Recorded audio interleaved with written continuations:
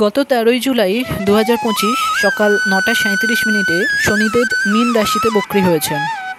আবার মার্গী হতে চলেছেন আগামী ২৮শে নভেম্বর সকাল ৯টা ২০ মিনিটে।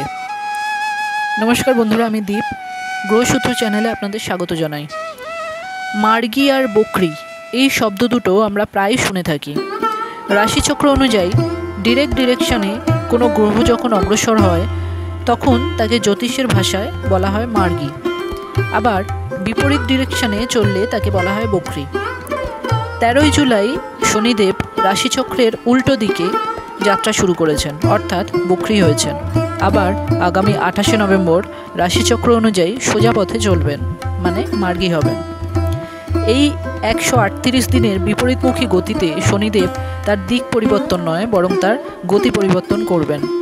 এই পরিবর্তনই সমগ্র মহাজাগতিক চক্রকে নাড়া দিতে চলেছে। যখন শনিদেব বক্রী হন তখন এর প্রভাব আরও গভীর, বিলম্বিত এবং তীব্রতর হয়। চলুন এখন দেখে নেওয়া যাক এই ১৩৮ দিনে কোন রাশির ওপর কী প্রভাব পড়তে চলেছে। মেষ, কেরিয়ারে কিছু অসুবিধা থাকলেও আপনি সাফল্য পাবেন। সংগ্রামের মধ্যেও ইতিবাচক ফলাফল আশা করা যায়। বৃষ, কাজের চাপ বাড়বে এবং কেরিয়ারে কিছু ওঠানামা দেখা দিতে পারে। পারিবারিক দায়িত্ব বৃদ্ধি পাবে।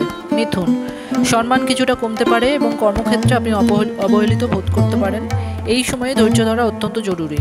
কর্কট রাশি, আপনার উন্নতির সুযোগ আসতে পারে, তবে যদি এই সুযোগগুলো আপনি হাতছাড়া করেন সেক্ষেত্রে পরবর্তীকালে আফসোস হতে পারে।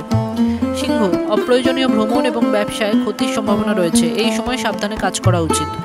কন্যা রাশি, ঋণের সম্ভাবনা রয়েছে, ব্যবসায় প্রতিযোগিতা এবং বিনিয়োগে সতর্কতার প্রয়োজন। যে কোনো আর্থিক সিদ্ধান্ত নেওয়ার আগে ভালোভাবে চিন্তা করুন। তুলা, আপনার বাজেট খারাপ হতে পারে এবং প্রেমের সম্পর্কে সমস্যা দেখা দিতে পারে। এছাড়াও কিছু শারীরিক অসুস্থতার লক্ষণ দেখা দিতে পারে, সেক্ষেত্রে সাবধানে থাকুন। বৃশ্চিক, পরিবারে অশান্তি এবং ভ্রমণে ক্ষতির সম্ভাবনা রয়েছে। মানসিক শান্তির জন্য ধ্যান বা মেডিটেশন করা অত্যন্ত জরুরি। ধনু, হঠাৎ ব্যয় বৃদ্ধি হতে পারে, ভ্রমণ এবং কেরিয়ারে কিছুটা স্থবিরতা দেখা দিতে পারে। মকর, আপনি আপনার পরিবারকে সময় দেবেন, তবে নিজের কথা সাবধানে বলা উচিত। নিজের সম্পর্কে যদি কাউকে কিছু বলে থাকেন বা বলবেন ভাবছেন, সেক্ষেত্রে সাবধানতা অবলম্বন করা উচিত। কুম্ভ, নিজের স্বাস্থ্যের দিকে যত্ন নিন। খরচ এবং ভ্রমণ বাড়বে, তবে পাশাপাশি আর্থিক লাভের সম্ভাবনাও রয়েছে।